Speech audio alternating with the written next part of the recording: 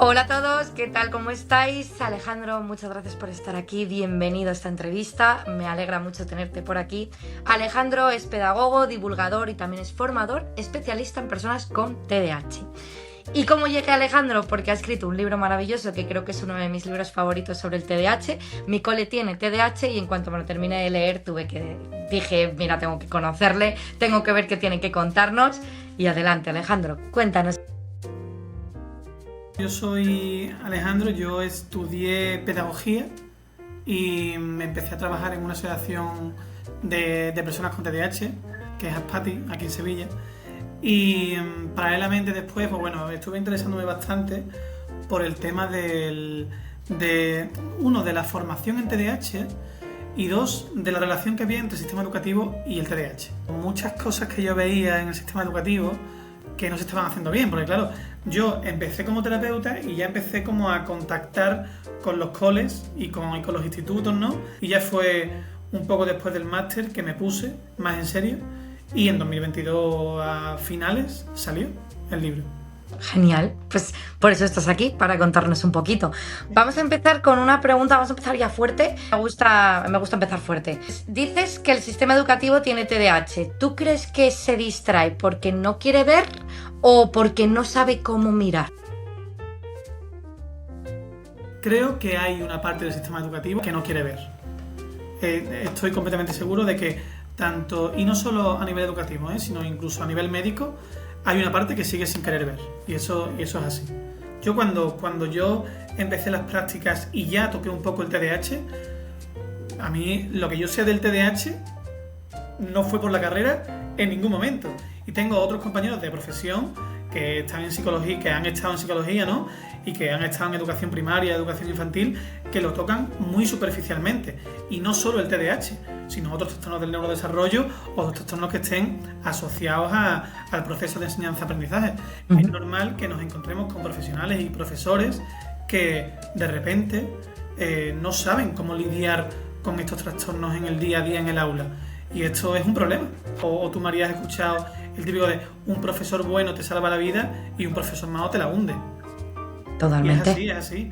Es decir, y hay muchas más probabilidades de que una persona con TDAH que tenga un subtipo, por ejemplo, hiperactivo, y que esas conductas que son un poco disruptivas en clase se etiqueten de manera equivocada y por tanto de repente ya empezamos aquí con el efecto Pigmalión, a asumir esas expectativas y el resultado final es que ese niño cree o esa niña que su comportamiento es su identidad y eso no es así.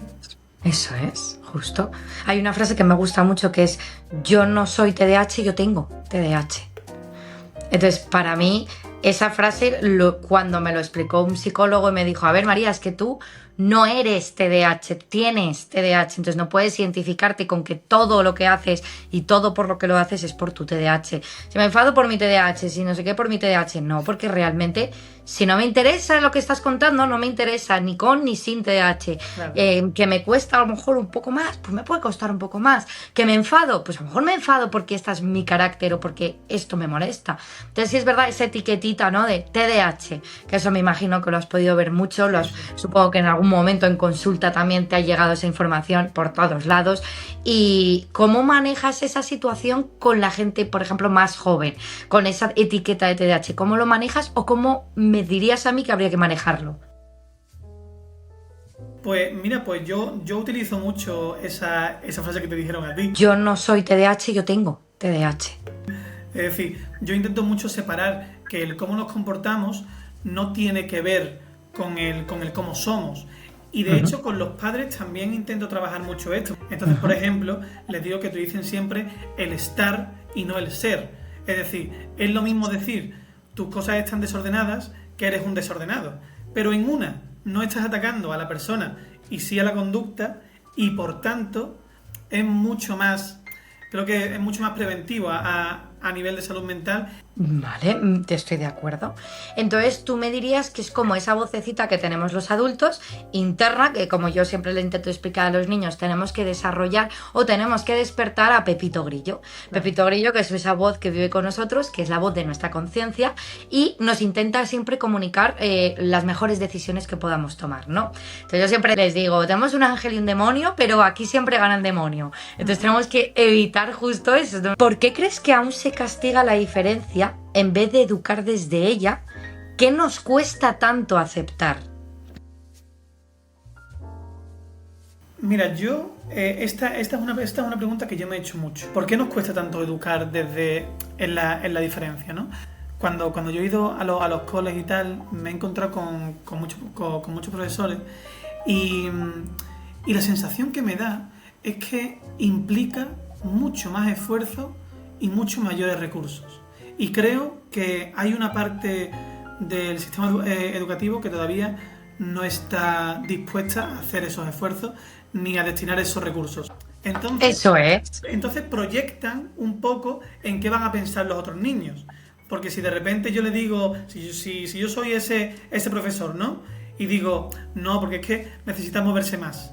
Creo que él está proyectando sí, hombre, profe, y yo también necesito moverme más y tal y cual. De los profesores que siguen pensando que el TDAH no es para tanto y que cuando esas conductas disruptivas, por ejemplo, aumentan, ya no lo están asociando al TDAH, sino a una característica de la identidad o incluso del estilo de crianza de los padres, muchas veces, ¿no?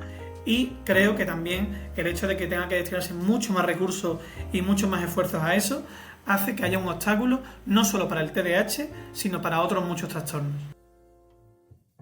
Entonces, yo lo que siempre intento explicar, bueno, es verdad que hay una pregunta que se me atraganta, ¿no? Que es cuando vienen los padres muy preocupados y dicen, es que es muy fácil hacerlo, ¿por qué no se hace?